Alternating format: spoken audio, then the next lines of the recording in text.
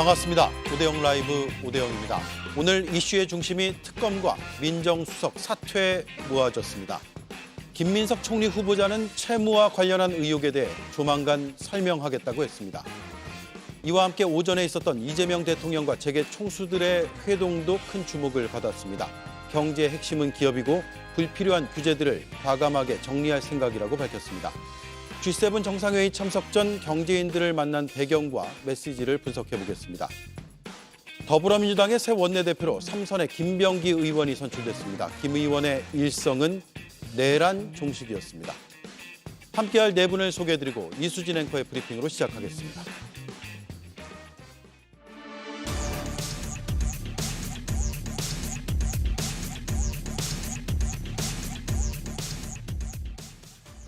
이재명 대통령이 취임 후 처음으로 5대 기업 총수들을 만났습니다. 처음에는 묘한 긴장감도 감지됐습니다. 저는 이미 대한민국 경제 상황이 이제 과거처럼 부당 경쟁 또는 일종의 특혜 또는 일종의 착취 이런 방식으로는 더 이상 지속 성장이 불가능하다. 이미 다 그 상태에 벗어났다고 생각합니다. 그러나 그 점에 대해서는 아직도 여전히 좀 불신들이 좀 있어요. 그 불신들을 조금 완화해주면 좋겠다는 생각이고. 대통령은 이어서 대외적인 어려움 속에서 기업이 활동할 수 있는 영역을 넓힐 수 있도록 정부가 할 수 있는 걸 하겠다고 말했습니다. 국가 경제에 도움되는 거라면 최선을 다할 생각이에요. 특히 규제 합리화 문제, 불필요한 또 행정 편의를 위한 그런 규제들은 과감하게 좀 정리할 생각이고요. 어색함과 긴장감을 깨트린 건 이 한마디였습니다. 대통령 되시고 나서 제가 자서전 읽어봤습니다. 아, 그러셨어요? 보니까 제가 제일 하나 얻은 건 역시 우리나라 청소년들, 청년들한테 꿈을 줘야 되겠다.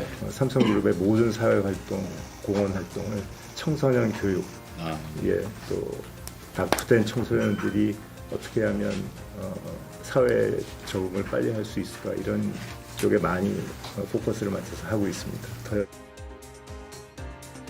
네, 시계를 좀 돌려보면 기업 총수들, 한때는 극한 직업이라는 평가를 받기도 했었습니다. 부산 엑스포 유치에 실패한 뒤 총수들과 시장을 가서 입에 넣었던 젓가락으로 만두를 나눠주는 모습 기억하시나요? 바쁜 기업인들을 보여주기 행사에 동원했다는 비판이 일각에서 제기되기도 했었습니다. 그런 점에서 오늘 모습은 큰 변화로 해석됩니다. 이재명 대통령은 다양한 외교 무대에서 우리 기업의 입장을 적극 대변하고 국익을 지키는 외교를 펼치겠다고 강조했습니다. 네, 취임 후 처음으로 재계 인사들을 만났습니다. 9일 만입니다. 그 현장 조금 더 살펴보겠습니다. 선거 후에 시장이 많이 안정이 돼서 주가도 많이 좀 오르고 그래서 저도 마음이 참 편합니다. 제일 중요한 게 결국 국민들이 먹고 사는 문제를 해결하는 것인데 그 핵심이 바로 경제고 그 경제의 또 핵심은 바로 기업이라고 생각이 됩니다. 실용적 시장주의라는 국정 철학은 저희 삼성뿐만 아니라 여기 참석 중인 기업 그리고 우리나라 모든 기업들에게 큰 힘이 될 것입니다. 민간이 기밀을 공개해서 위기를 기회로 바꾸는 뜻깊은 계기가 되었으면 하고 앞으로도 기업의 목소리에 꾸준히 귀 기울여 주시기를 부탁드립니다. 네, G7 정상회의를 앞두고 재계 인사들을 만났고요. 재계에서도 실용이라는 용어도 쓰고 또 긴밀한 공조라는 표현도 썼습니다. 오늘 어떤 의미가 있을까요? 일단 우선 취임 날부터 아마 기억하실 텐데 이 비상경제 TF 이걸 바로 즉각 운용을 했잖아요. 그러니까 국민 경제가 너무 힘들다 보니까 그리고 그 핵심적으로 그 경제 문제를 해결하기 위해서는 기업의 역할도 굉장히 중요한데 그 기업들이 가지고 있는 어려움 이런 것들을 아마 경청하기 위한 자리였던 것으로 보이고요. 아까 대통령께서도 말씀하셨지만 규제 합리화 이런 단어를 하셨거든요. 그러니까 국내적으로는 기업들이 그런 규제에 막혀서 더 생산성을 낼 수 있음에도 불구하고 못 내고 있는 것들은 좀 걷어내자 이런 의미가 있을 거고요. 두 번째로는 국제적인 문제가 있습니다. 대미 외교와 관련돼서도 그리고 통상과 관련돼서도 아마 불확실성이 이 기업의 이 뭔가 계획을 세우기도 그렇고 여러 가지 측면에서 확장하는 것에도 굉장히 큰 장애물로 지금 요소가 되고 있는 것으로 보이는데 앞으로 이제 G7 회의를 앞두고 이 기업들의 민원 이런 것들을 적절히 들어서 그러한 전략을 좀 수립하는 데 큰 의미가 있지 않았나 싶습니다. 예, 역대 정부에서도 새 대통령으로 당선이 되면 빠른 시일 내에 재계 총수들을 만났었죠.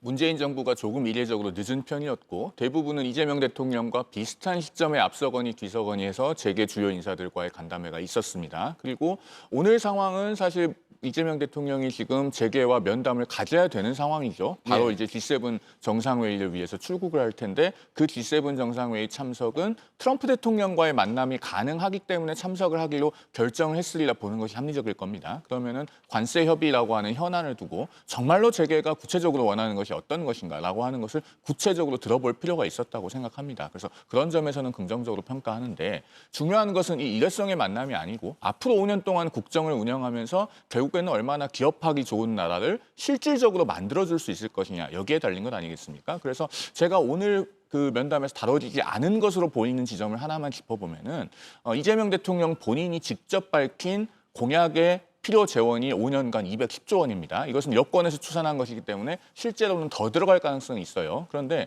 우리나라 1년 예산이 추경을 빼면 673조입니다. 그중에 365조는 법령에 의한 의무 지출이고 308조 정도만 재량 지출이라고 해서 조정의 가능성이 있습니다. 그런데 그중에 100조 원은 공무원 임금, 국방비 같은 의무적 지출에 가깝기 때문에 실질적 재량 지출은 200조 원 정도예요. 그러면은 그 210조를 마련하려면은 1년에 한 42조 정도 추가로 필요한 것 아니겠습니까? 당연히 증세를 하지 않을 것인가의 문제가 있습니다. 아마도 법인세를 건드릴 가능성이 앞으로 충분히 있을 것으로 보이는데 그런 부분이 기업에 대해서 실질적으로 기업하기 좋은 나라를 만들어줄 것인가 시험대가 될 거라고 생각합니다. 앞으로 예. 어떻게 할지 지켜보겠습니다. 예. 그리고 오늘 불필요한 규제는 과감하게 해소를 하겠다는 입장도 밝혀서 그 규제 부분과 또 말씀하신 그런 내용들이 향후에 정부에서 어떤 판단으로 어떤 정책으로 이어질지를 좀 지켜봐야겠군요. 자, 그리고 첫 안보 점검 행보도 있었는데 경기도 연천에 군부대를 방문을 했습니다. 대북 확성기를 끈 지 이틀 만이거든요. 함께 보시죠. 최근에 여러 가지 일 때문에 여러분들 자긍심에 약간의 손상이 있을 수 있는데 그래도 우리 국민들은 우리 여러 장병 여러분들의 국가에 대한 충성심을 믿습니다. 일선의 지휘관들 그리고 우리 장병 여러분들이 특정 개인이 아니라 국민에 대한 충성심으로 국가에 대한 충성심으로 자기 역할을 정말 잘해주셨습니다. 안보는 모든 사람들이 우리 공동체 전체를 유지하기 가장 필수 불가결한 일이고 여러분은 그 일을 맡고 있다는 큰 자부심을 가지셔도 되겠습니다. 네, 25 보병사단이 있는 연천 방문했네요. 일단 우선 이재명 대통령 입장에서는 지난 불법 계엄을 통해서 손상된 군대의 명예를 좀 다시 한번 자긍심을 북돋아주는 그런 말씀을 먼저 하셨죠. 그리고 지금 대북 전단 살포를 금지하고 대북 확성기를 금지하지 않았습니까? 이런 여러 가지 조치가 즉각적인 북한의 반응이 나오고 있는 상황입니다. 그렇다고 한다면 지금 우리가 해야 될 부분 자체는 지난 윤석열 정부에서 대결과 경색적인 그런 남북 관계를 이제는 더 이상 유지하지 않고 평화적인 남북 관계와 대화와 협력을 강조하는 그러한 분위기로 가는 것이 어떻게 보면 남북 관계 긴장을 완화하고 평화적인 그런 분위기를 조성하는 그러한 진전된 모습이지 않겠습니까? 예. 그러한 측면 살펴보게 된다면 지난 군사 합의를 다시 한번 재개를 하고 여러 가지 측면 살펴보게 된다면 서해 북방 한계선에 있는 여러 가지 포군사 훈련이라든가 이런 것들을 중지하는 그러한 조치를 취하는 등 여러 가지 앞으로에 있을 평화적인 행보에 대해서 그런 모습을 예상하게 하는 그런 모습이 아닌가 생각이 듭니다. 예. 지난 정부와는 확실히 좀 달라지긴 했어요. 근데 저는 이제 이전 정부와의 차별화를 위해서 너무 좀 지나치게 성급하게 북한에게 조금 북한에 대한 대북 정책을 변화한 거 아닌가 하는 생각이 듭니다. 물론 현재 시점에서 이재명 대통령이 안보 현장을 직접 간 건 저는 높게 평가합니다. 그렇지만 지금 북한이 조금 저희가 문재인 정권에서 있었던 남북 9.19 남북 군사 협의 같은 경우에는 사실상 북한 내에서 파기가 되었었습니다. 하지만 북한이 현재 상황에서 전향적인 태도가 없는 상황에서 우리 군이 할 수 있는 가장 효과적인 대북 확성기를 중단한 것은 저는 어찌 보면 우리가 앞으로 남북 관계에 있어서 가장 유용한 협상 카드를 하나 잃어버렸다고 생각이 듭니다. 물론 북한의 전향적인 태도를 기대할 수도 있겠지만 아직까지 북한의 구체적인 입장이나 변화가 없는 상황에서 저희가 너무 지나치게 성급하게 입장을 나타낸 게 아닌가, 입장 변화가 있는 거 아닌가는 그런 의문점이 들긴 합니다. 예. 대북 확성기 중단은 공약이었죠. 그러니까 공약이기도 했고요. 예. 지금 윤석열 정부 시즌 2를 하자는 게 아니에요. 그러니까 대북 관계와 관련돼서도 평화를 이야기하고 있지만 그걸 넘어서서 지금 국내 이 경기 자체가 굉장히 다 죽어버린 상태입니다. 더더군다나 실질적으로는 강화 국민들 굉장히 그 밤마다 들려오는 소리 때문에 굉장히 고통스러워하지 않았습니까? 그런데 이것은 당연히 뭐 북한과의 어떤 대결 구조 속에서 그 강화 국민들이 그런 희생을 치러야 된다라는 그런 인식을 윤석열 정부에서 가졌기 때문에 이것은 전 대단히 잘못됐다라고 생각하고요. 안보 문제, 평화 문제 다 좋습니다만 결국 이것이 경제로도 연결되는 문제이기 때문에 저는 다른 정부가 들어섰으므로 당연히 다른 정책을 시행해 가고 그다음에 남북 간의 대화가 지금 완전히 끊겨버렸는데 그 대화를 재개할 신호를 줌으로 인해서 결국은 이 모든 것들이 다 풀려가는 하나의 수순으로 작용되지 않을까 싶습니다. 제가 짧게만 좀 말씀을 드릴게요. 선후 관계는 정확하게 짚어야 될 것 같습니다. 대북 확성기 방송을 재개하게 된 것이 작년 6월 9일의 일이죠. 왜 재개하게 됐습니까? 북한이 대한민국 영토에 계속 어물풍선을 보냈기 때문입니다. 그래서 그것에 대한 대응 조치로서 대북 확성기 방송을 재개했던 겁니다. 그러면은 북한이 지금 어물풍선을 보내지 않겠다고 대한민국의 어떤 구두로라도 명확한 약속을 한 것이 있습니까? 없죠. 그런데 아무런 조치도 약속받지 못하고 선제적으로 대북 확성기 방송부터 중단했습니다. 그런 점에서 성급할 수 있다고 지적을 하는 겁니다. 물론 국민의힘에서도 강화도 송해면처럼 이렇게 접경 지역에서 소음 방송에 시달리는 주민들의 피해와 고통 공감하지 못하는 바가 아닙니다. 그러나 그런 것을 구조적으로 방지해야 되지 않겠습니까? 그러면은 북한과의 대화를 통해서 적어도 보장되는 약속을 이끌어내고 나서 그 다음에 대북 확성기 방송을 중단해서도 늦지 않은 것입니다. 지금은 대남 소음 방송을 일시적으로 중단했다고 하지만은 오물풍선을 근본적으로 중단한 것도 아니고 어떤 것이 보장되었는지에 대해서 의문을 갖고 계시는 국민들이 있기 때문에 민주당에서는 적어도 이 점을 잊어서는 안 된다라는 점을 상기시켜 드립니다. 예. 자, 취임 오늘 9일차고요. 9일밖에 안 됐냐라는 말씀을 하시는 분들도 있어요. 굉장히 일정이 많았거든요. 저희가 일단 그 현장의 영상들을 쭉 모아봤고요. 지난 6월 4일이죠. 취임 이후의 모습부터 오늘까지 일단 정리를 해보겠습니다.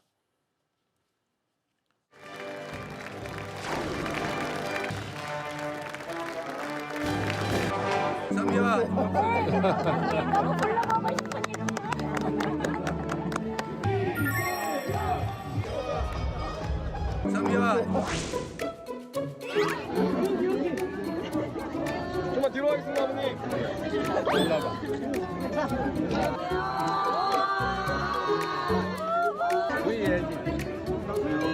아유, 잘하네.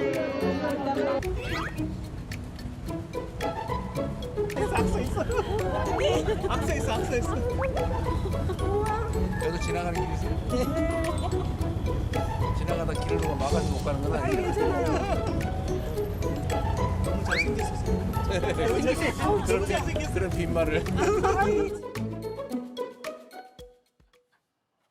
예. 이재명 대통령의 그동안의 행보 저희가 그래픽으로도 한번 쭉 살펴봤는데요. 첫날 취임 선서 이후에 국회의장과 여야 대표 오찬을 했고 비상경제 TF 회의를 소집했습니다. 다음 날 첫 국무회의 또 안전치안 점검 회의를 열었고요. 그 다음 날 현충일이었죠. 추념식.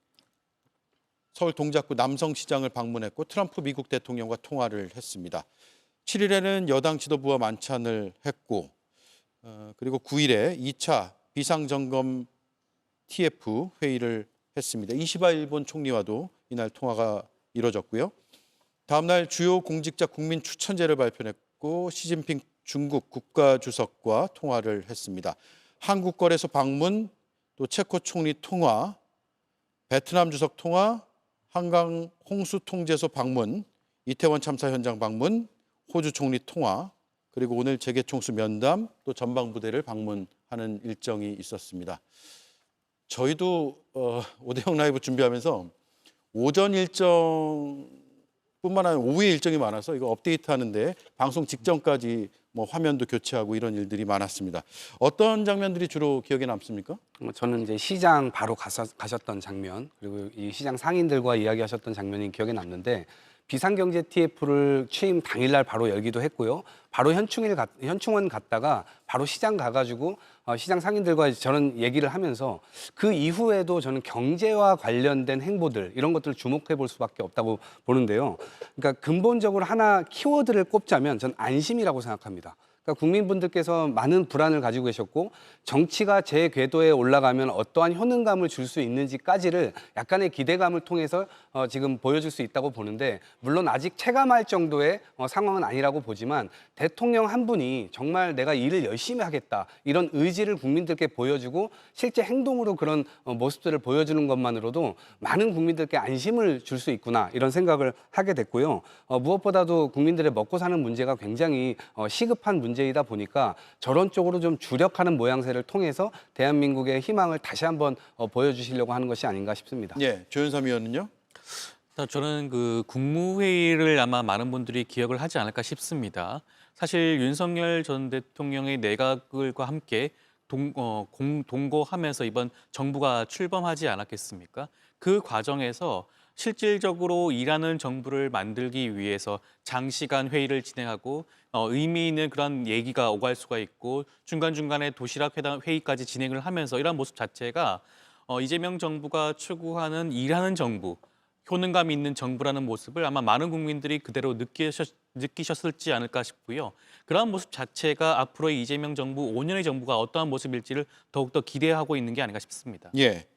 자, 오늘 갤럽 여론조사 결과를 보면 대통령 국정 수행 전망에 대해서 전망입니다. 잘할 것 70%, 잘못할 것 24%, 의견 유보는 큰 비중을 차지하지 못한 것 같습니다. 6% 정도 나타났네요. 어떤 여론조사의 결과에 의미가 있을까요?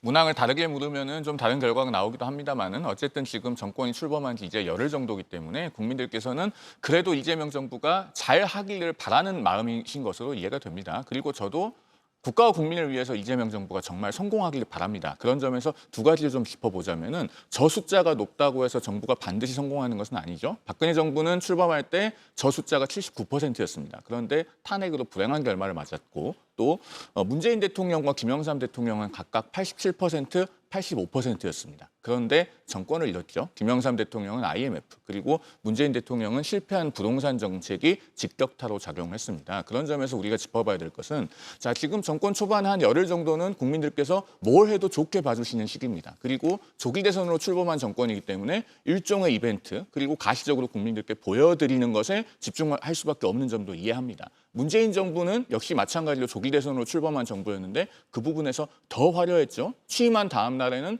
수석들이 멋지게 자켓을 벗고 대통령과 함께 커피를 들고 산책하는 그 사진이 연출되기도 했고 그 다음 날에는 대통령이 인천국제공항공사를 방문해서 비정규직을 전부 정규직으로 전환하라고 지시를 하기도 했습니다. 심지어 취임 16일째에는 총무비서관이 이런 발표도 했어요. 문재인 대통령께서 앞으로 가족들의 식비는 국가 예산을 집행하지 말고 내 급여에서 공제하라고 했다. 그런 아름다운 일들이 있었지만 결국에 중요했던 것은 실패한 27번의 부동산 정책 그리고 조국 사태였습니다. 그러니까 민심에 있어서 가장 중요한 것은 경제, 민생 그리고 인사입니다. 오늘 오광수 민정수석의 사퇴 일도 있었는데 이재명 정부가 이런 문재인 정부의 교훈을 새겨야지만 성공할 수 있다. 지금 현재의 국민들께 보여드리는 모습에 집중하는 것이 다가 아니다라는 고언을 정말 성공하기를 바라는 마음에서 드립니다. 예. 성공하길 바라는 거 맞으시죠? 물론입니다.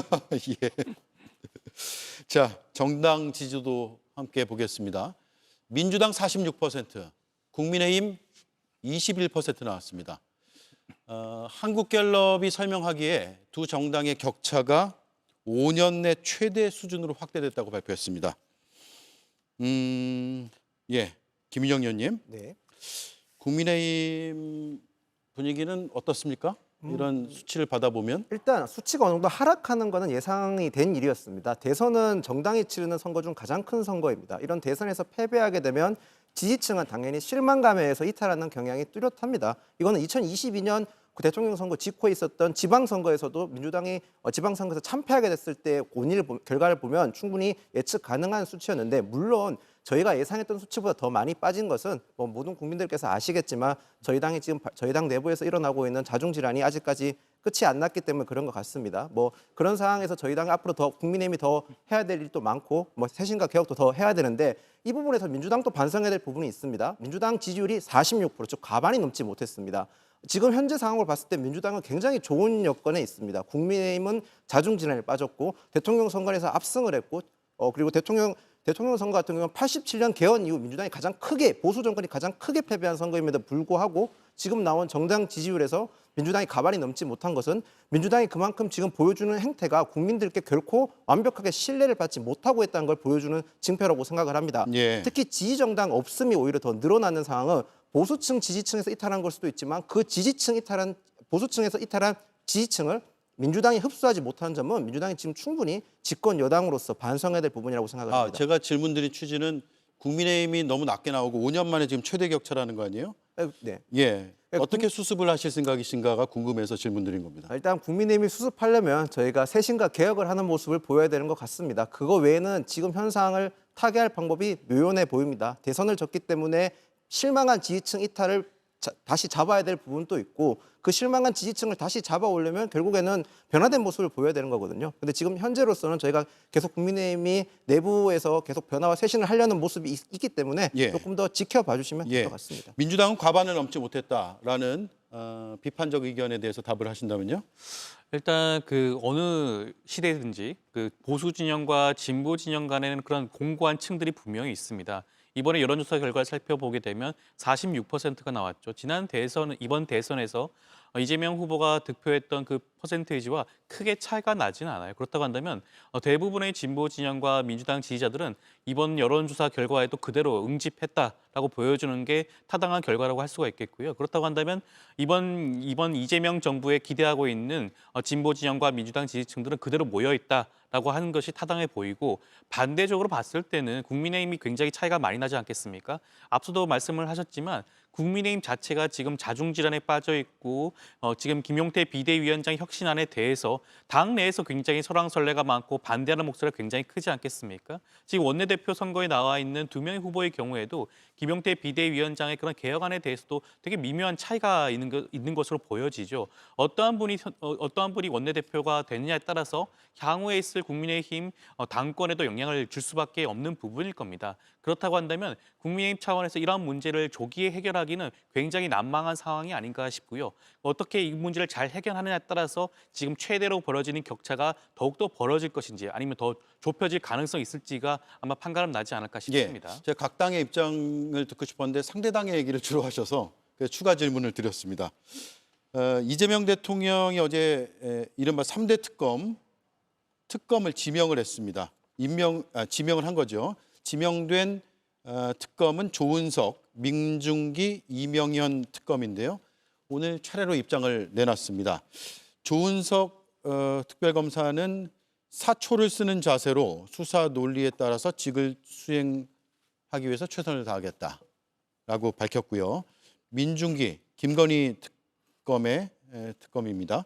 사회적 논란이 많이 된 만큼 객관적으로 바라볼 것이다. 그래서 객관성을 중시하는 첫 입장을 냈고요. 마지막으로 이명현 최상병 특검의 특별검사는 억울한 죽음을 명백하게 또 실체적 진실을 밝혀낼 것이다 라는 입장을 냈습니다. 꽤 빠른 속도로 특검이 가동될 것 같아요. 네, 그러니까 국민적인 관심이나 이미 문제가 됐던 지점들은 굉장히 많이 이제 익은 상태입니다. 그렇기 때문에 시간을 더 이상 끌 이유도 없고요. 그다음에 이런 특검들이 어찌됐건 간에 뭐 특검을 임명하는 과정 자체를 시간을 끌어가지고 이걸 뭐 얻을 수 있는 이득도 없고요. 국민들이 이미 지난 대선 과정에서 심판의 어떤 심리 이런 것들 다 보여주신 것이고 오히려 그런 국민적인 기대에 부응하기 위해서 특검들이 좀 더 탄탄하게 잘 갖춰져서 실체적 진실에 다가가는데 최선의 좀 노력을 다해준다면 일정 부분 국민들이 가지고 계셨던 윤석열 정부에 대한 여러 가지 기행들, 그다음에 지금 특검의 대상이 되고 있는 내란 문제라든지 김건희 여사가 국정에 어떤 이 기행들을 또 저질렀는지, 그리고 최상병의 죽음을 두고 진실을 밝히라고 했지만 그 진실을 밝히려다가 항명죄로 역으로 지금 재판을 받고 있는 그런 문제들까지도 결국엔 다 밝혀져야 될 문제입니다. 이런 것들이 밝혀졌을 때 다시는 또 이런 일이 헌정을 뭐 이렇게 망치거나 아니면 헌법을 위배하거나 이런 방식으로 진행이 되지 않도록 정확하게 이 정리를 해야 되기 때문에 하루라도 시간을 좀 끌 수 없다. 빠르게 좀 진행해야 되겠다. 이런 생각인 것 같습니다. 예, 조은석 특별검사가 경찰 특수단을 방문했다는 소식 조금 전에 속보 자막이 나갔고요. 아마 그동안의 수사 내용들이 어떻게 진행이 됐는지를 파악하기 위해서 간 것으로 추측은 됩니다. 자세한 소식이 들어오면 또 전해드리도록 하겠습니다. 특검 수사는 이제 특검을 꾸리게 되겠죠. 특검보부터 수사 검사까지 쭉 꾸리게 되는데 꽤 빨리 이뤄질 것 같고, 국민의힘의 입장은 어쨌든 특검 반대 당론은 여전히 유지가 되고 있는 것 같은데 뭐 그렇더라도 출범되는 거죠.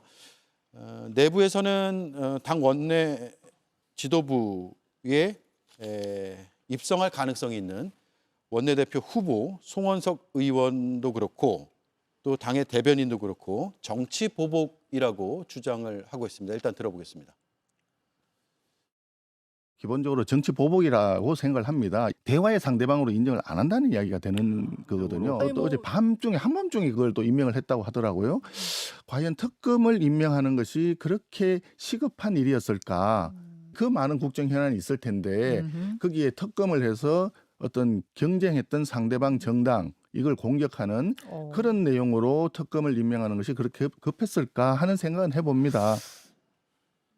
네, 정치 보복이다. 어떤 이유입니까?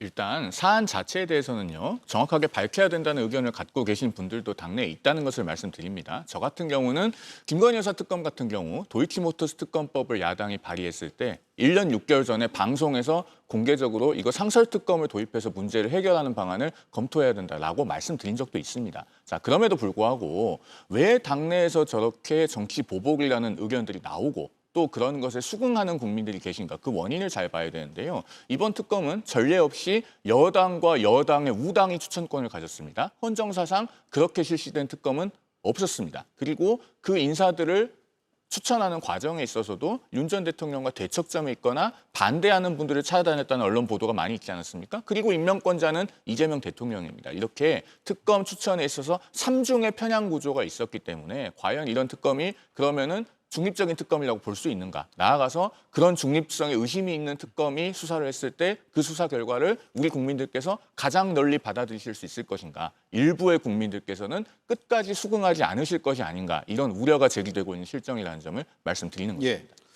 물론 모든 국민이 이 사안에 대해서 만족하는 결과를 도출할 수는 없겠죠. 그렇지만 이번 대선이 어떤 대선이었습니까? 내란 종식과 윤석열 정부를 심판하는 성격의 대선이었죠. 그 결과는 국민의힘의 참패와 민주당의 승리였습니다. 이재명 대통령은 시대 정신에 따라서 이번 대통령 선거에서 당선이 된 것이라고 보여지는 것이고요.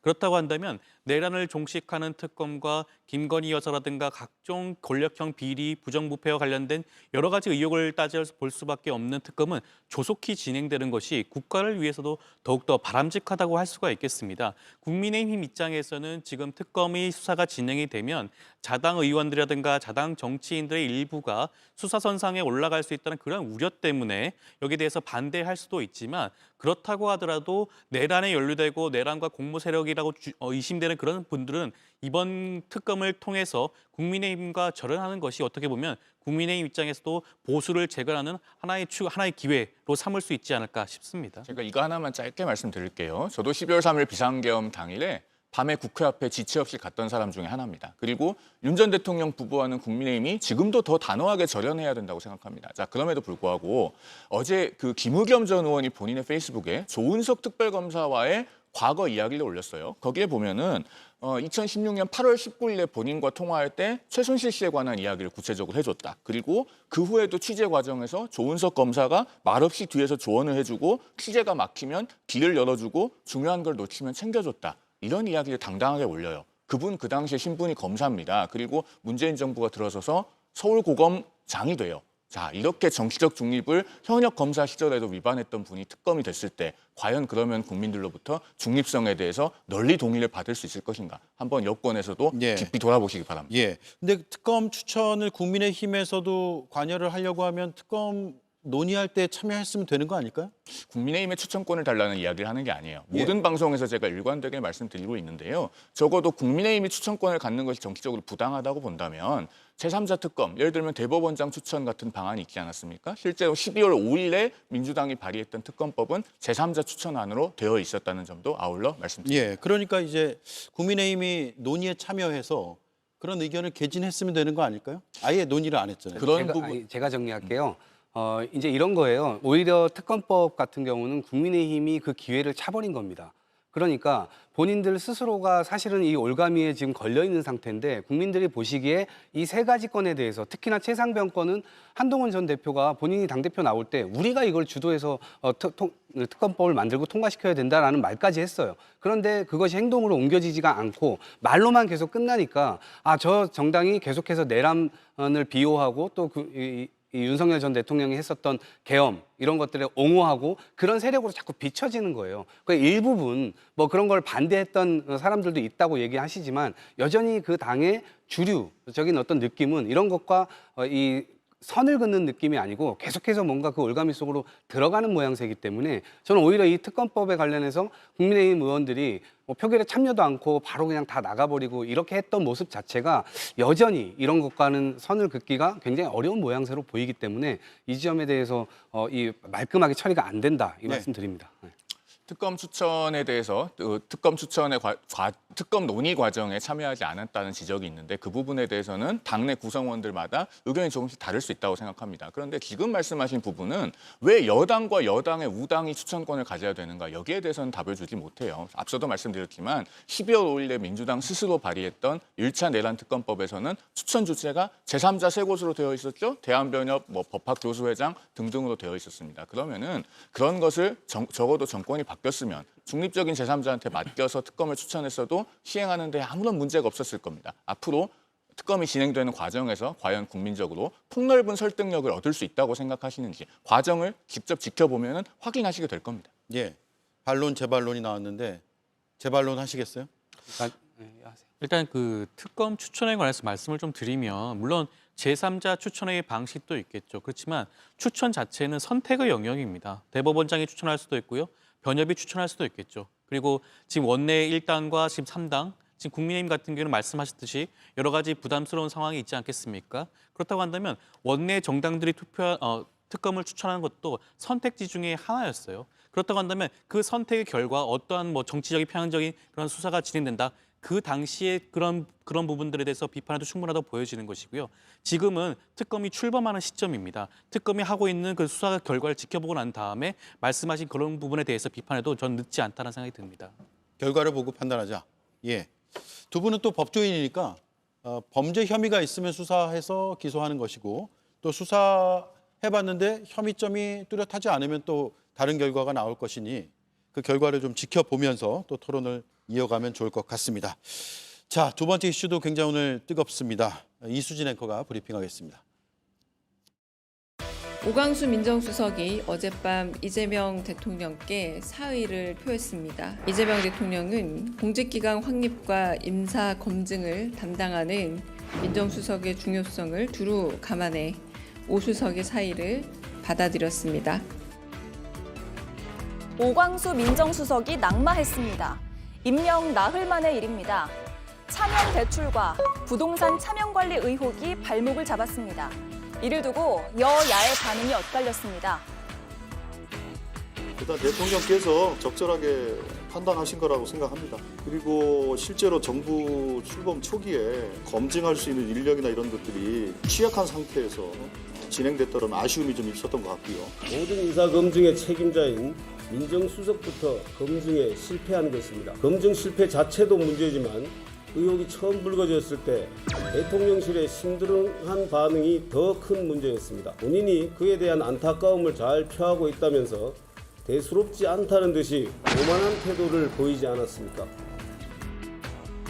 국민의힘은 그러면서 김민석 총리에게 초점을 맞췄습니다. 재산 내역, 특히 채무 관계가 미스터리라는 겁니다. 불법 정치 자금을 제공했던 사람에게 또다시 돈을 빌리고 아직까지 갚지 않은 걸 어떻게 이해해야 할지 모르겠다고 지적했습니다. 김민석 총리 후보자는 납득할 수 있도록 설명하겠다고 말했습니다. 우선 제기되는 문제들에 대해서는 물가관장의 판단기에 제가 오늘 적당한 방식으로 말씀드리겠습니다. 아마 그러면 궁극적이 다 해소될 거라고 보고. 재산 공개 내역을 확인해 봤는데요. 김 후보자는 국회의원 때 4인 간 채무로 1억 4천만 원을 신고한 상태였습니다. 그리고 조금 전 김 후보자의 후속 설명이 나왔습니다. 예, 하나하나 짚어보도록 하죠. 일단 오광수 이제 전 민정수석이네요. 전 민정수석이 임명되고 5일 지나서 사퇴를 결국 했습니다. 네, 좀 안타까운 일이고요. 이번 대선이 치러지자마자 즉각 뭔가 일을 해야 됐던 그런 저간의 사정이 있었습니다만 민정수석이 갖는 상징성, 민정수석이 가져야 될 그 내재적으로 갖춰야 될 어떤 자질 이런 것들이 앞으로 수많은 이 공직자가 되려고 하는 사람들의 인사 검증을 또 해야 되는 것이고 그렇다 보면 결국에는 본인 스스로의 어떤 발목에 걸려서 제대로 일을 할 수 없는 것 아니냐 이런 비판이 많았습니다. 특히나 이것은 본인이 사인 때 또 벌어졌던 일도 아니고 본인이 검사 시절 이것을 이 차명으로 부동산을 보유하도록 하고 또 이 대출하는 과정도 결국 또 차명으로 또 그런 것들을 했고 또 그걸 갚는 과정에서도 다 갚지 못하고 저축은행의 또 대표가 그것을 일부 또 변제를 해주는 그런 문제들도 있었는데요. 앞으로 이런 문제들은 굉장히 치명적으로 작용했을 가능성이 있기 때문에 아마 전 빠르게 좀 정리한 것이 아닌가 싶고요. 이번을 계기로 앞으로 이재명 정부에서 뭐 능력이라든가 이런 것들도 굉장히 중요하지만 이 공직을 맡아야 되는 사람들에 있어서의 검증 이런 것들은 앞으로 좀 철두철미하게 이루어져야 되는 것이 아닌가 싶습니다. 예. 저는 중요하게 봐야 될 부분이 민정수석실에서 오광수 전 민정수석의 이러한 의혹을 사전에 인지했는지 여부라고 봅니다. 지금 일부 언론에서는 민정수석실에서 오광수 전 민정수석의 이런 의혹을 사전에 인지했다고 합니다. 경향신문인가 보도했죠? 맞습니다. 경향신문에서 사전 인지했다고 나오는데요. 만약에 사전 인지했었으면 왜 아무도 오광수 전 민정수석에 대해서 안 된다고 임명하면 안 된다는 얘기를 못했는지를 저희가 봐야 됩니다. 대통령이 신뢰하는 사람이라서 이재명 대통령실에서는 그럼 대통령이 신뢰하는 사람에 대해서는 반론을 못 제기하는가라는 문제점이 있을 수 있고 또 아니라면 우리는 이 정도 해도 괜찮다는 도덕적 해이, 모럴 해저드가 발생하는 걸 수도 있습니다. 지금 민주당에서는 윤석열 정부의 인사 시스템의 문제 때문에 제대로 검증을 못했다고 하는데요. 오광수 민정수석은 인사청문회 대상도 아닙니다. 인사청문회 대상이 아닌 사람의 저런 의혹조차도 걸러내지 못한다면 민정수석실은 굉장히 문제가 있는 거죠. 거기다가 지금 이재명 대통령 인수위가 없었기 때문에 뭐 급해서 그랬다, 부족함이 많다고 하지만 이재명 대통령은 선거 유세 기간 내내 준비된 대통령회를 하셨고 대통령을 3번이나 준비하셨던 분입니다. 그렇게 인수위가 없었기 때문에 시간이 부족했다, 준비가 부족했다고 말하기에는 본인의 말과 모순되는 점이 분명히 있다는 점 말씀드리고 예. 이 점은 반드시 이재명 대통령실에서 개선해야 될 부분이고 그리고 충분한 해명도 해야 될 부분이라고 생각합니다. 네. 여당 내에서도 우려가 그동안 있지 않았어요? 그렇죠. 사실 처음부터 오광수 전 수석이 임명될 때부터 하마평에 오를 때부터 특수통 출신 검사라는 측면에서부터 좀 우려가 많지 않았겠습니까? 그 뒤에 불거진 차명 부동산과 차명 대출 의혹이 어떻게 보면 더 이상 이재명 대통령실 입장에서는 더 이상 오광수 수석을 안고 갈 수 있는 상황이 아닌 것으로 치달은 게 아닌가 싶고 보여지고요. 사실 이재명 정부 입장에서는 첫 인선이 굉장히 중요합니다. 인선을 어떻게 하느냐에 따라서 이재명 정부가 향후 5년 동안 어떠한 방향성을 가지고 있는지를 가늠할 수 있는 중요한 잣대가 될 수가 있다고 보여지는 것이고요. 그러한 인사 검증을 사실상 주도하는 것이 민정수석실입니다. 그 민정수석실의 수장인 오광수 전 수석이 사실상 이런 도덕성 논란에 휘말린다는 것 자체가 앞으로 있을 각종 인선 작업에 차질이 빚어질 수밖에 없겠죠. 그렇다고 한다면 이재명 대통령께서는 이러한 부분들을 충분히 참작하셔서 빠르게 이러한 인사 조치를 내린 게 아닌가 생각이 듭니다. 예, 민주당은 부실한 인사 검증이라는 비판이 나오자 조기 대선으로 인해 인수위가 없었던 점이 큰 이유인 것으로 강조를 했거든요. 일단 들어보겠습니다. 대통령의 파면에 의해서 진행된 조기 대선이기 때문에 그런 검증의 과정 이런 부분들이 부족할 수밖에 없는 객관적인 한계가 있다라고 봐요. 시스템이 안정화된 이후 정말 그런 문제점이 나온다 하면 그런 송곳 같은 지적이나 비판이 필요한데 지금은 위기를 극복하고 회복과 성장을 해나갈 수 있는 정부에 기회와 시간을 좀 줄 필요가 있지 않나 그런 생각이 듭니다. 예, 자 이에 대한 의견들을 들어보죠. 일단은요, 국민의힘도 과거에 국정을 담당해봤기 때문에 가능한 한 한 걸음 물러서서 이 사태를 보려고 노력을 했습니다. 그래서 말씀하신 것처럼 인수위가 없었기 때문에 검증 과정에서 혹시 몰랐을 수도 있겠다고 저도 선회를 해봤어요. 그런데 그 배우자의 부동산 명의신탁, 명백하게 불법적인 행위 아닙니까? 그리고 오광수 전 민정수석이 그것을 몰랐을 것이라고 보기도 어려워요. 배우자가 오랫동안 보유했던 부동산이고 그러면은 재산신고 과정에서 목록이 없으면은 이거 왜 없냐고 배우자에게 물어보는 것이 상식 아닙니까? 그런 점에서 당연히 알았을 만한 일인데 자 그것이 언론을 통해서 공개가 됐을 때 대통령실에서 어떻게 반응했습니까? 본인이 안타까움을 잘 표하고 있다고 생각한다. 이렇게 별것 아닌 문제처럼 넘어가려고 했습니다. 그러다 보니까 대출 사기 그리고 금융감독원에 대한 업무방해 문제까지 불거질 수 있는 차명대출 문제까지 나온 거예요. 지금은 오광수 민정수석의 사의를 수용했다고 하지만 그다음에 이제 김민석 국무총리 후보자, 그다음에 이한주 국정기획위원장, 위성락 안보실장 등등 줄줄이 의혹이 제기되고 있지 않습니까? 정말 국민의 눈높이에 맞는 인사검증을 하지 않으면은 오광수 정권이 될 겁니다. 오늘도 점점 광범위하게 번져가는 인사 논란을 수습하는 데 급급한 정권이 될 것이다 라는 경고의 말씀을 드립니다. 예. 다시 말씀드리면 아까 말씀하신 대로 준비된 정권이라 할지라도 선거 이전에 우리가 마치 다 이겨놓은 것처럼 해가지고 뭐 인사를 발표하고 인사를 검증하고 그런 얘기가 뉴스 보도로 나가면 또 오만하게 비춰질 것 아닙니까? 그리고 정권을 이미 잡기 전에 이를테면 민정수석실에서 뭐 어떻게 합니까? 경찰 자료부터 해서 수많은 정보기관들의 자료들 다 보죠. 그런데 바로 즉각 일을 해야 됐기 때문에 그런 기능을 활용할 수조차 없었던 상황입니다. 그런 상황에서 계속해서 이렇게 공세를 하시는 것은 저는 약간 억지로 지금 까는 듯한 느낌이 있다 이런 말씀 드리고요. 처음에 그렇게 대응했었던 것은 일단은 이 사실관계나 이런 것들이 명확하게 다 명쾌하게 다 확인된 바가 아니었기 때문에 저는 그랬을 수 있다 이렇게 생각을 하고요. 다만 이제 지금에 와서는 그런 보도나 신빙성이나 본인이 인정을 했던 부분들 때문에 결국엔 그것을 다 수용해가지고 사의를 다 받아들인 것이 아닌가 싶고요. 차제에는 전 이런 부분들이 민정수석실이 좀 정상화되는 과정에서 앞으로의 어떤 장관, 차관, 뭐 각종 공직자들을 인선하는 과정에서 민정수석실이 이것을 계기로 훨씬 더 철두철미하게 그런 조치들을 좀 취해 나가야 되지 않을까 싶습니다. 아니, 근데 사실관계가 미확인됐다고 하시는 표현은 제가 도저히 이해하기가 어려운 게요. 우리 언론에서 오광수 전 민정수석의 배우자 차명 부동산 보도할 때 등기부등본, 판결문 다 확인해서 보도한 겁니다. 사실관계가 뭐가 안 나왔습니까? 그런데 대통령실에서 어떻게 반응했어요? 본인이 안타까움을 잘 표현하고 있다. 이렇게 넘어가려고 하지 않았습니까? 그 핵심을 피해 가시면은 앞으로 김민석 국무총리 후보자 또 뭐 이한주 위원장, 위성락 안보실장 등등의 문제가 간단치 않을 겁니다. 예. 반박하시겠어요? 네, 그 부분에 대해서 유감을 표했는데 계속 저렇게 이야기를 하시는 것이 저는 약간 시간 낭비가 아닐까 싶습니다. 예. 일단 오늘 사퇴로 일단락됐다 이 말씀이시고요. 알겠습니다. 대통령실은 사법개혁에 발맞출 인사로 조속히 차기 민정수석을 임명하겠다라고 밝혔거든요. 어떤 점을 이제 중요하게 봐야 될까요? 차기 민정수석에 대해서는? 일단 민정수석실은 한시라도 비워놓을 수 없는 자리이기도 하죠. 앞으로 있을 각종 인선 작업을 철두철미하게 검증할 수 있는 그런 수석은 반드시 지금 필요한 상황이라고 할 수가 있겠습니다. 그렇다고 한다면 오광수 전 수석이 보여줬던 그런 것이 일종의 하나의 기준점이 될 수가 있을 것 같아요.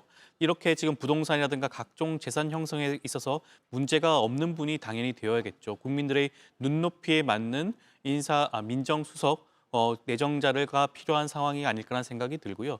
더하여 이재명 대통령과 그런 국정 철학을 공유하는 분이 반드시 민정수석으로 오셔야 합니다. 민정수석은 단지 인사 검증과 그런 작업만 진행을 하는 게 아니에요. 이번 이재명 정부에 있어서 사법개혁이라든가 검찰개혁을 함께 할 수 있는 사람이 그 자리에 와야 되는 부분입니다. 그렇다고 한다면 그러한 부분도 함께 공유할 수 있는 분이 중요한 후보로 와야 되지 않을까 싶습니다. 예, 김민석 국무총리 후보자는 채무를 상환하지 않았다라는 점이 언론 보도 등을 통해서 지금 나오고 있고 2018년에 4천만 원을 빌린 뒤 현재까지 갚고 있지 않다라는 내용이고요. 그 외에 11명한테 총 1억 4천만 원의 채무가 있는데 일단 재산 신고에는 다 포함이 돼 있어요.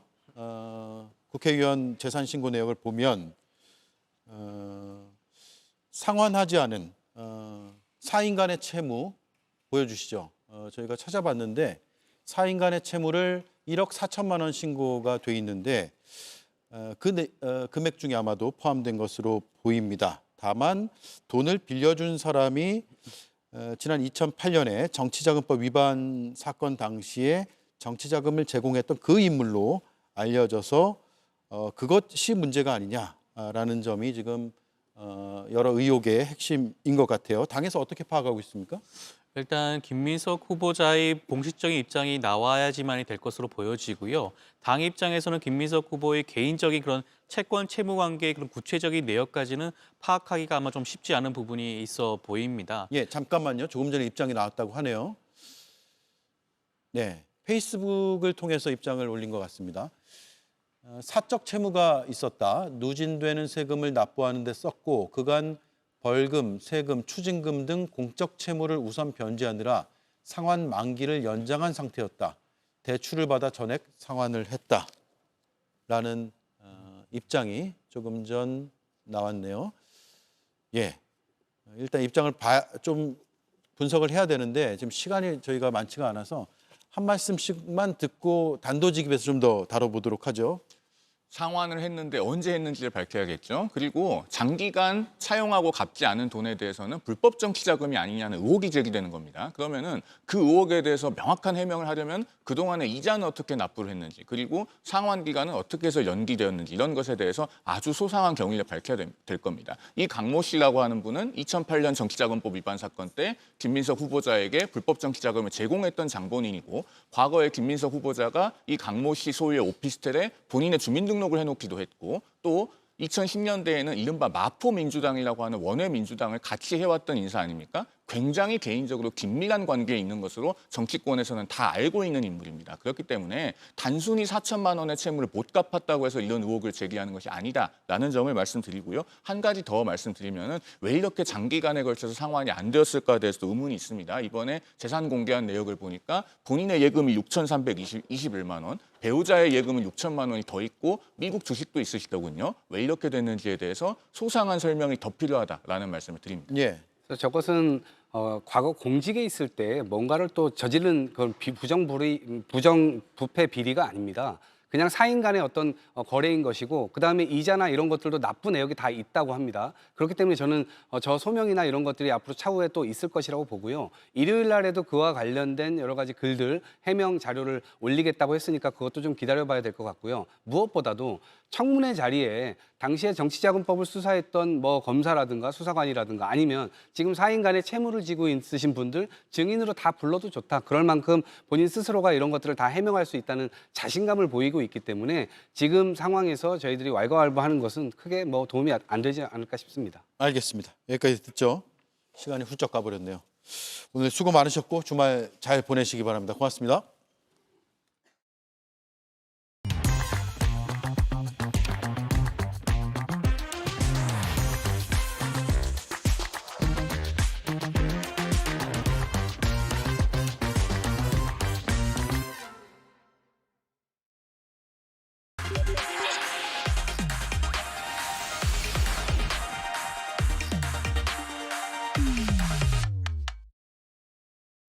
네, 오대영 라이브의 간판 코너 단도직입을 시작하겠습니다.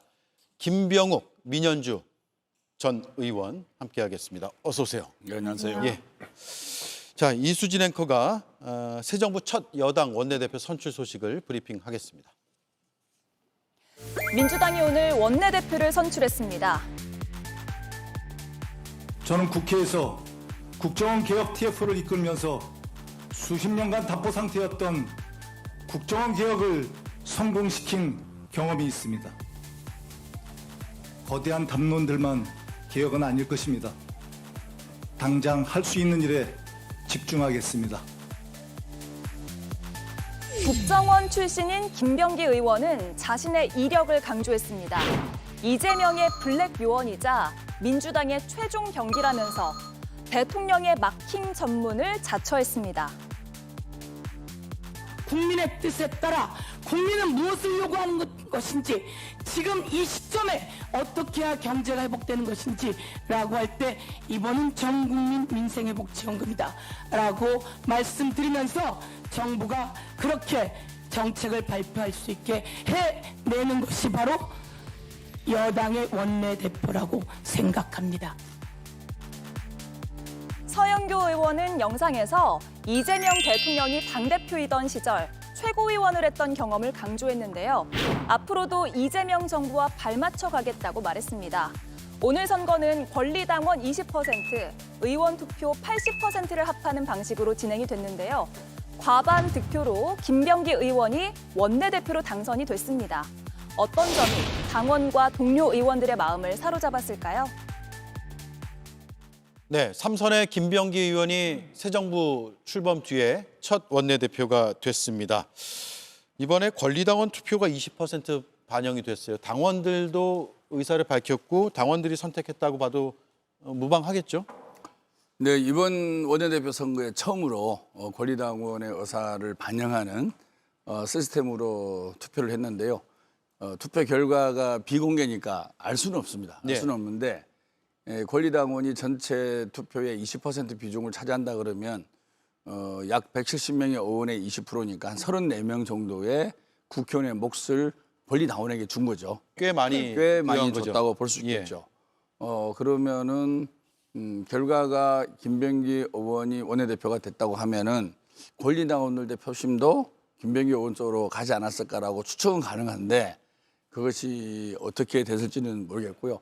이게 사실 최초의 아마 우리나라 정당사의 최초의 일일 겁니다. 그래서 당원 주권주의, 당원 민주주의, 저희가 이제 국민 주권주의를 외치고 있지 않습니까? 그리고 국민 주권 정부고 이재명 정부가 그 전에 저희 당에서 당원들이 급증하게 당원들의 숫자가 급증하면서 당원들의 목소리가 커져가고 있고 또 당원들의 목소리를 반영을 하는 것이 우리가 원내 정당과 의회 민주주의를 지향하지만 직접 민주주의적 요소인 당원들의 목소리도 원내에 반영하는 것이 필요하다. 이런 판단에서 이런 결론을 내린 거거든요.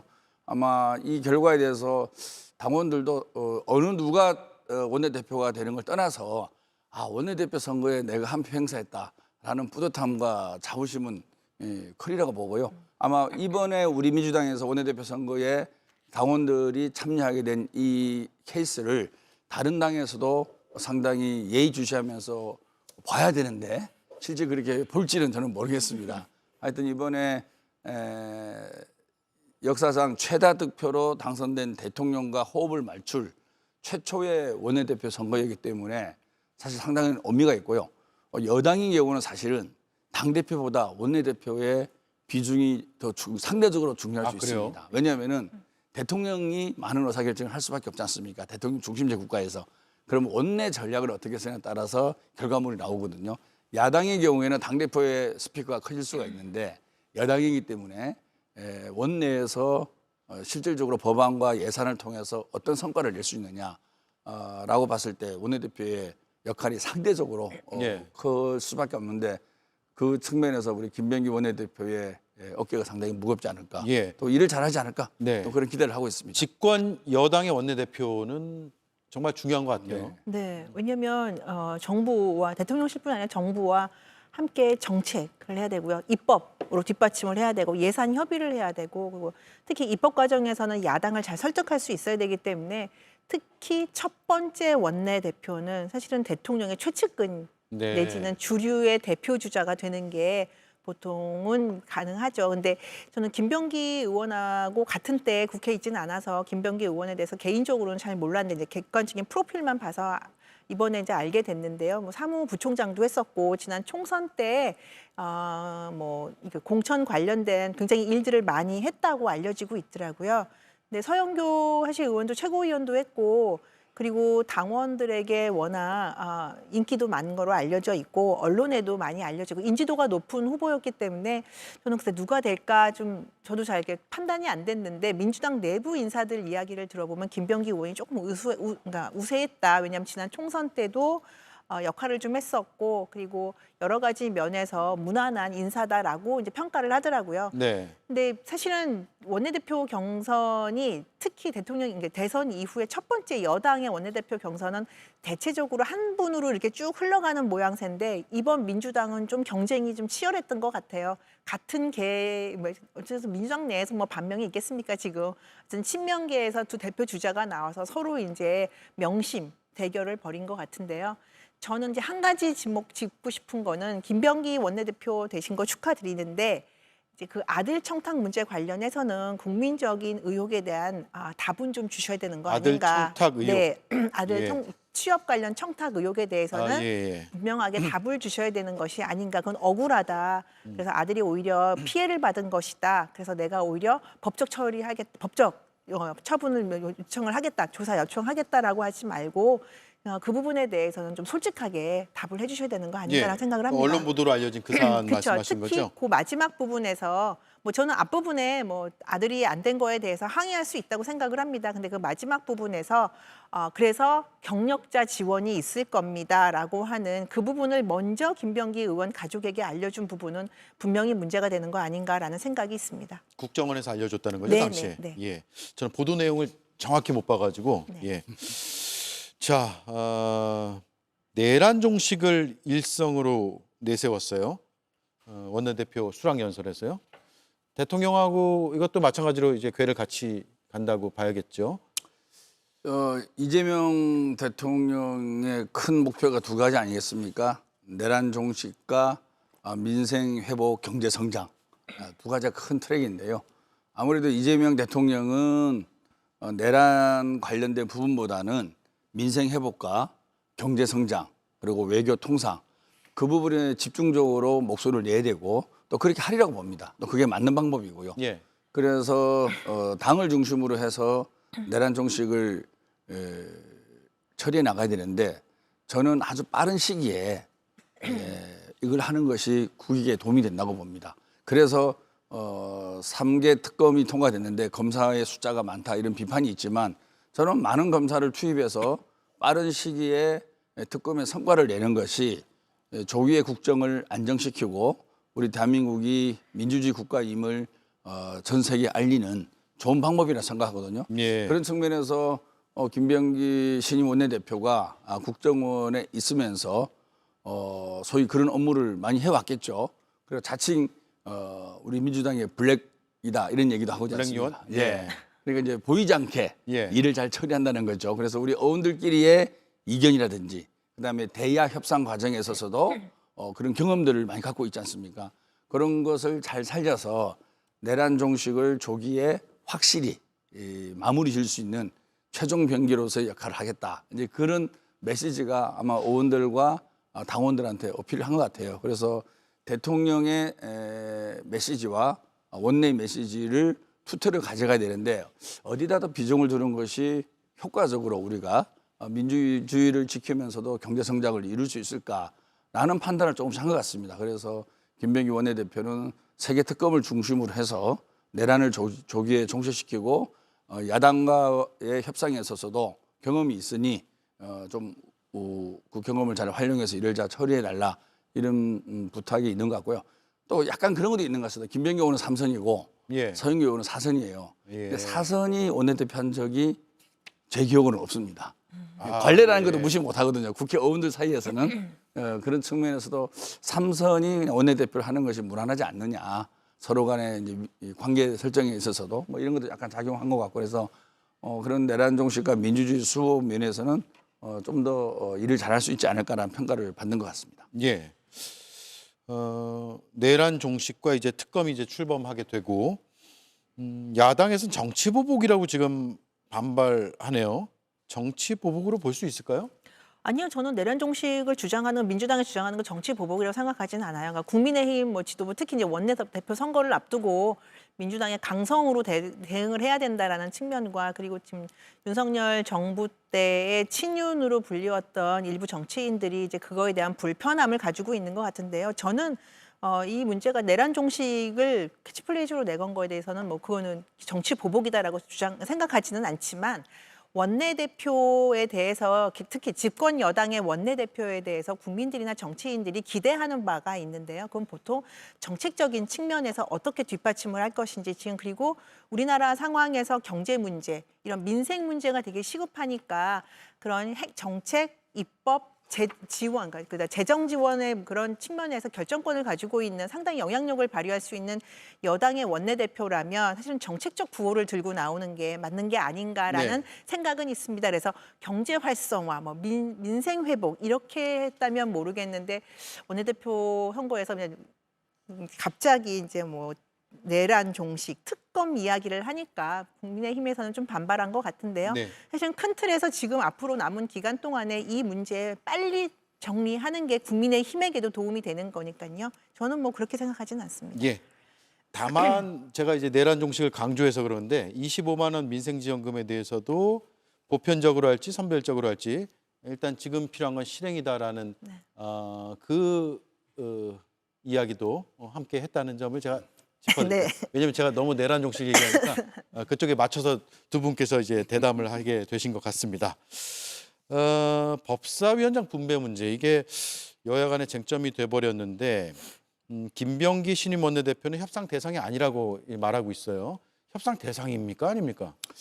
저희가 이제 여야 간의 상임위 배분을 국회의원 임기가 4년이잖아요. 그래서 2년 동안은 어떻게 하고 2년 동안은 어떻게 하고 이미 합의가 돼 있는 상황입니다.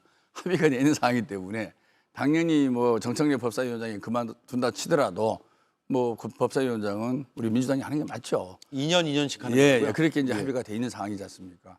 그리고 아까 이제 원내대표 선거 얘기했는데요. 원래 첫해 원내대표 선거가 더 역할이 많습니다. 왜냐하면은 당 내에서 상임위원장과 상임위원을 배분하는 권한을 갖고 있죠. 그러니까 권한이라고 할 수도 있지만 때로는 그게 고통일 수 있습니다. 왜냐하면 같은 상임위에 많이 몰리잖아요. 또 서로 상임위원장 하려고 하니까. 그렇지만 어찌됐든 홀수 회에 첫 해, 그다음에 세 번째 해에 원내대표들이 그런 권한을 갖고 있는데 두 번째, 네 번째 하는 원내대표는 상임위 배분에 대한 권한은 없죠. 그렇지만 이번에는 처음으로 이재명 대통령 당선 후 처음으로 맡는 원내대표인가 그 의미가 있고요. 법사위원장이나 다른 상임위 문제를 지금 국민의힘이 얘기하는 식으로 협상을 하기 시작하면 1년 전에 협상했던 게 틀을 전체가 다 무너집니다. 그거는 뭐 절대 불가능한 얘기죠. 불가능하고 의원들의 동의를 얻어내기도 힘들고 그거는 뭐 불가능한 얘기고 기존에 1년간 했던 상임위원장, 상임위원 숫자와 거의 동일하게 갈 수밖에 없는 게 국회의 올해 룰이었고 그것을 다시 거론하는 것은 그냥 해보는 소리죠. 불가능한 얘기죠. 여야가 뒤바뀌었다고 해서 달라지고 이런 건 아닌가요? 어떻습니까? 그러니까 협의에 따라서 할 수는 있는데요. 그러니까 지금 말씀하신 대로 원래 야당이 법사위원장을 하는 거는 맞죠. 왜냐하면 한번 그 통제를 하고 뭘까 견제를 하는다는 의미에서 법사위원장은 통상적으로 야당이 했었던 거는 맞는데 말씀하신 대로 이번 국회에서는 작년에 시작하면서 2년씩 딱 배분을 했어요. 물론 1년에 한 번씩 바뀌는 경우도 있긴 합니다. 당 내부 또는 당끼리의 협의를 통해서. 근데 솔직히 지금 민주당에서 그 협의해 주겠습니까? 절대 다수를 하자고는 민주당에서 게다가 집권까지 했는데 첫 해에 또 성과를 내려고 하겠는데 그래서 국민의힘이 이걸 주장은 할 수 있는데 큰 틀에서 2년 합의한 건 지키고 중요한 건 내년에 끝나고 난 다음에 민주당이 약속을 반드시 지켜라. 저는 그 얘기는 강조하고 싶습니다. 자 이제 김병기 신임 원내대표와 맞상대할 국민의힘 원내대표도 월요일 날 선출이 됩니다. 송원석 의원이 출마 선언했고요. 김성원 의원이 출마 선언했습니다.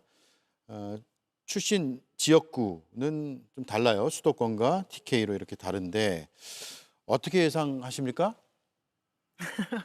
글쎄요. 지금 보면은 뭐 개파 색깔 개파색도 있고 여러 가지 얘기를 하는데 뭐 김성원 의원이 사실은 친한동훈계로 알려져 있는데 아니다라고 얘기를 하니까 본인은 아니라고 하죠. 네, 그렇게 제가 뭐 네이밍하지는 않겠습니다. 근데 그러면 송원석 의원도 친윤이 아니라고 해요. 본인도 아니라고 하죠. 예. 지금은. 근데 선거 사실 때라서 그런가요? 그런 것 같아요. 게다가 지금 친윤에 대한 국민적인 비판 여론을 의식해서 예. 이제 그런 것도 있는 것 같은데 사실 작년 4월까지는요 다 친윤이었습니다. 아주 소수의 일부 인사들 원외 중심으로 친한계가 좀 있었을지 모르지만 대부분이 다 공천받고 특히나 다 공천받고 본선 나갔던 국민의힘 후보들은요 다 친윤이었고요. 이제 와서 뭐 나 친윤 아니다라고 얘기해봤자 누워서 침 뱉는 것 같고요.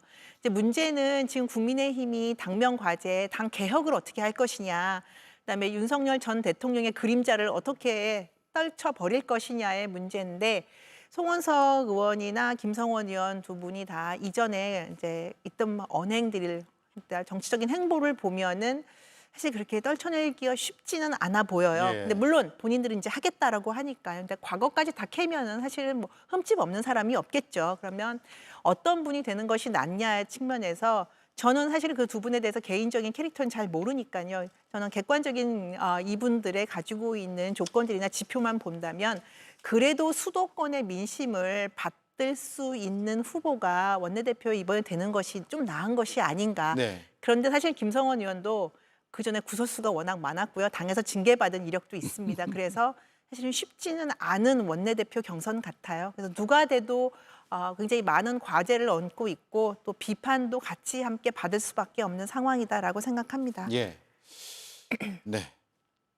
월요일 날 결론이 나겠죠. 민주당은 당대표 선거 이제 박찬대, 정청래 이렇게 두 의원이 맞붙는 걸로 구도가 잡혀가는 건가요? 뭐 정청래 법사위원장이 그만두면서 넌지시 그런 의사를 네. 표시했고요.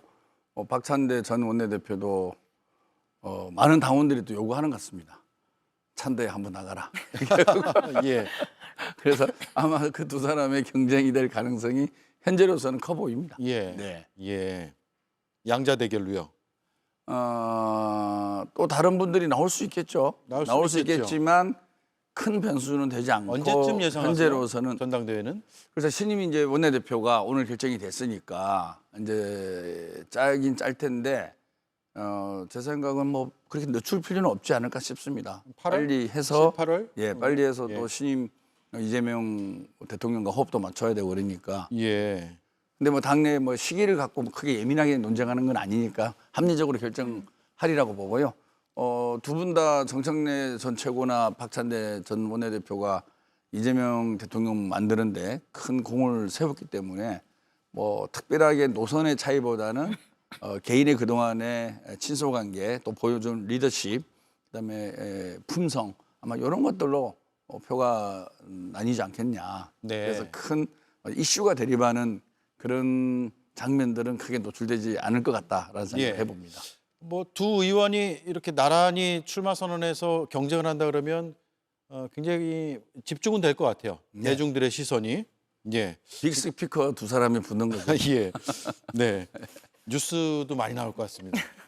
이슈도 많이 발생할 것 같고요. 재밌는 설화도 장면들이 많이 생기고요. 설화도 많이 아, 생기고요. 설화요? 네. 예. 과거는 많이 생겼는데 요즘 설화는 없지 않습니까? 설화를 아마 기대하시는 거 아니고요? 아니요, 그러니까 예. 정청래 의원 같은 경우는 워낙 재밌게 말씀을 예. 많이 하시기도 하고 강성 발언을 많이 하니까요. 박찬대 의원보다 훨씬 더 많이 그런 측면에서는 즐거움을 주는 측면도 있지 않나. 유머와 위트가 넘치지 않습니다. 네.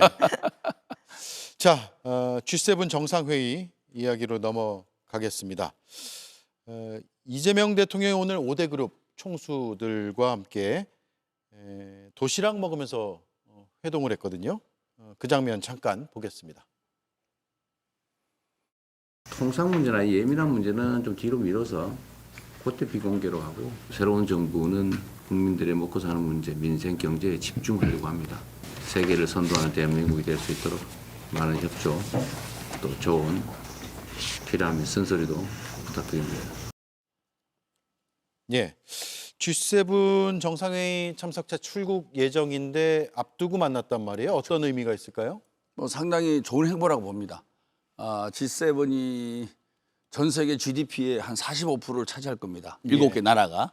그만큼 경제적으로 중요한 회의체거든요.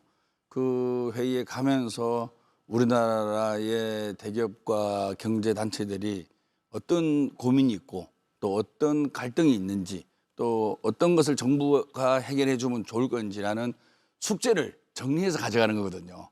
그 이재명 대통령이 항상 대통령은 일하는 자리고 심부름꾼이라고 얘기했으니까 기업들의 숙제를 받아가는 거죠. 기업들이 원하는 숙제를 잘 적어서 받아가서 G7 회의에서 우리 입장을 잘 전달하는 그런 모습을 보여주는 것은 상당히 저는 보기 좋은 모습이고 사실 그뿐만 아니라 이번에 이재명 대통령은 G7에 가서 대한민국의 민주주의의 회복력 이 부분에서 상당히 아마 좀 얘기를 할 것 같습니다. 네. 이렇게 비상계엄과 내란이 일어났음에도 불구하고 전 국민들이 힘을 합쳐서 대통령을 파면하고 직선제를 통해서 평화스럽게 정려 물리적 충돌 없이 정권을 교체하는 이런 대한민국의 위대함을 G7이라는 회의를 통해서 많이 알려야 된다고 생각하고 그게 저는 대한민국의 위상이라고 생각하거든요. 네. 제가 옛날에 어떤 기사를 본 적이 있었는데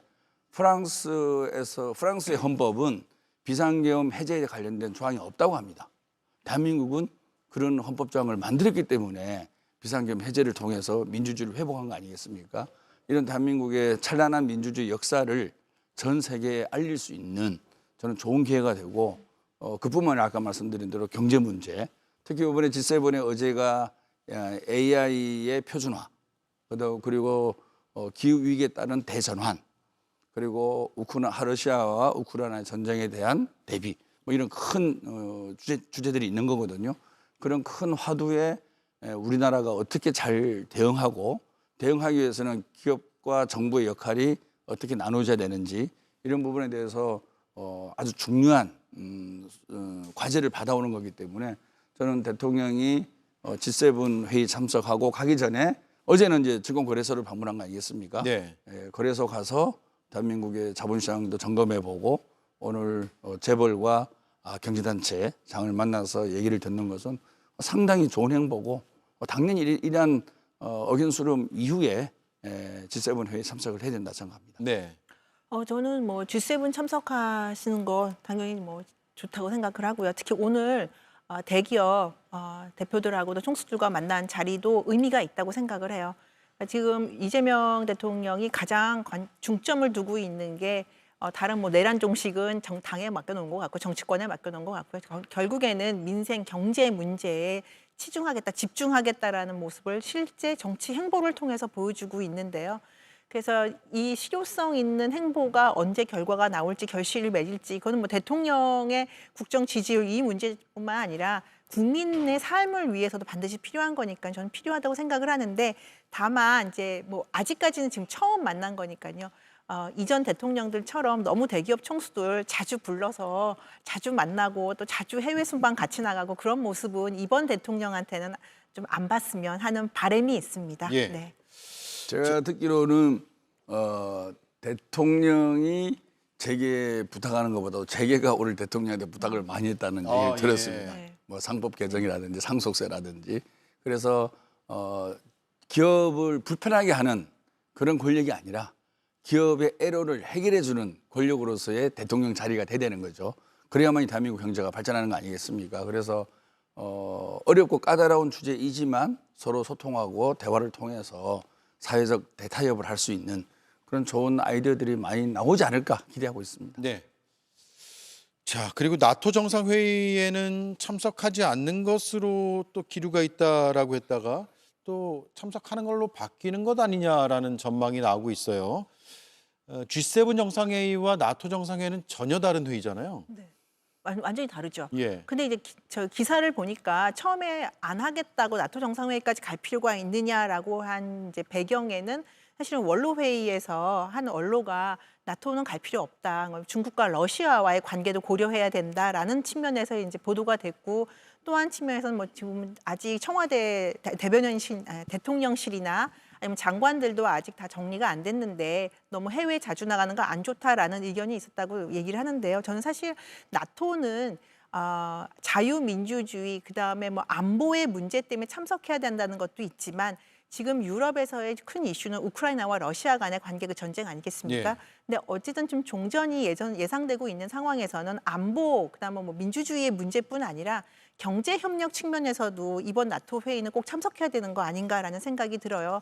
우크라이나 이제 종전이 되고 나면 재건 문제도 있을 거고요. 그럼 우리나라 기업들이 어떻게 참여할지의 문제, 그리고 또 원전도 지금 유럽과 협력을 하고 있는 상황에서 대통령이 공식적인 초청까지 받았으면 주변국들과의 관계는 또 그 관계고요. 전 참석해서 당당하게 우리의 입지를 또 우리의 위상을 밝힐 필요가 있다고 생각합니다. 예. 준비 기간이 너무 짧아가지고 그래서 그걸 우려하는 목소리가 좀 있었잖아요. 그렇죠. 사실 외교 문제는 급격하게 방향이 바뀌는 게 우리나라로서는 부담이 되죠. 어찌됐든 과거 윤석열 정부가 3년 계속 나토를 갔습니다. 나토 회의에 방문했거든요. 근데 만일에 우리 정부가 나토를 안 가면 분명히 또 이데올로기적인 공격을 할 겁니다. 여러 해석들이 나올 수밖에 없으니까요. 그렇죠. 벌써 야당은 그런 얘기 하고 있지 않습니까? 예. 나토 왜 안 가냐 뭐. 그래서 이제 여러 생각을 하고 있는데 기본적으로 G7과 달리 나토는 군사 방위 조약이거든요. G7은 경제를 중심으로 해서 외교라든지 이렇게 다루는 건데 나토는 이제 어떻게 보면 반러시아의 군사 동맹 같은 형식을 띠고 있죠. 그래서 우리가 자칫 잘못하면은 러시아의 관계가 안 좋아질 수 있고, 근데 러시아의 관계가 안 좋아지면 문제는 북한과의 관계입니다. 네. 우리가 러시아의 관계가 안 좋고 멀어지면 러시아는 북한과 가까워질 수밖에 없고, 이번 러시아 우크라이나 전쟁에도 북한이 러시아에 무기를 파는 거 아니겠습니까? 이런 이제 복합적인 고민이 있는 거죠. 예. 그래서 저는 나토를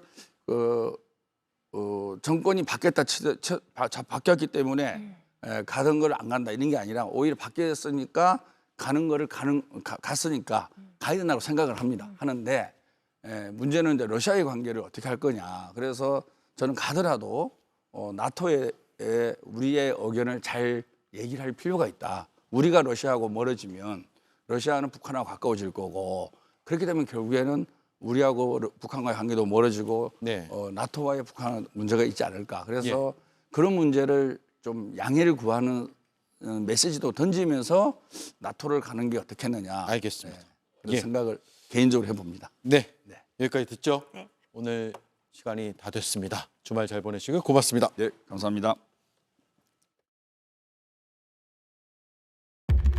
이게 뭐야? 좋아하는 것보다 잘하는 게 중요하지. 난 좋아해야 잘하는데.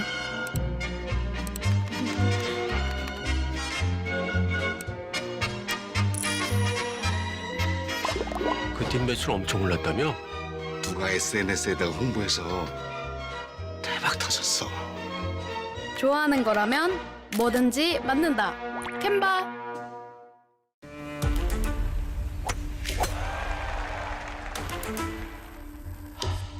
우승의 순간. 다음 게임이 시작된다. 챔피언 must go wide. 와이드 앵글.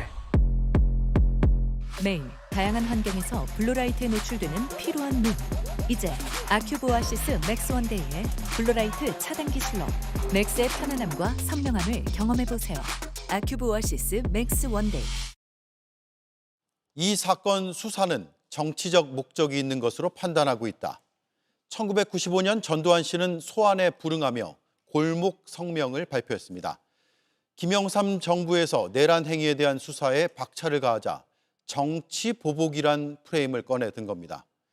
하지만 내란 목적 살인과 군사 반란 등의 혐의로 유죄가 확정됐고 대한민국 사법 역사에 매우 중요한 판결로 기록됐습니다. 내란 특검 출범을 앞두고 정치 보복 프레임이 다시 등장했습니다. 헌재의 표현대로 국헌 문란 사건이 벌어졌고 아직도 남은 의혹들이 있습니다. 엄정하고 명백하게만 밝혀낸다면 정치 보복이 아니라 법치 확립이란 프레임이 더 알맞지 않을까. 앵커 한마디였습니다. 바람이 거셌던 날, 불빛이 사라진 밤, 서로를 향한 마음들 잊지 않겠습니다. 한컴은 다시 묻습니다. 기술은 사람을 위해 무엇을 해야 할까요? 보이지 않는 위험에 먼저 반응하고 어둠 속의 신호도 놓치지 않도록 늘 깨어있는 기술로 당신 곁을 지키도록 한컴 AI가 하겠습니다. 한컴. Être dans l'univers de la beauté. Être dans un espace libre. Être harmonieux. Être chez Diêtre. Construction des Bains. 방콕이 내게 남긴 것. 고소 마셨어. 고수 더 주세요. 트립닷컴이 내게 남긴 것. 호텔 최저가 보장에 라운지 이용권까지. 남는 여행 트립닷컴. 오대영 라이브 마치겠습니다. 주말 잘 보내시기 바랍니다. 다음 주에 뵙겠습니다. 고맙습니다.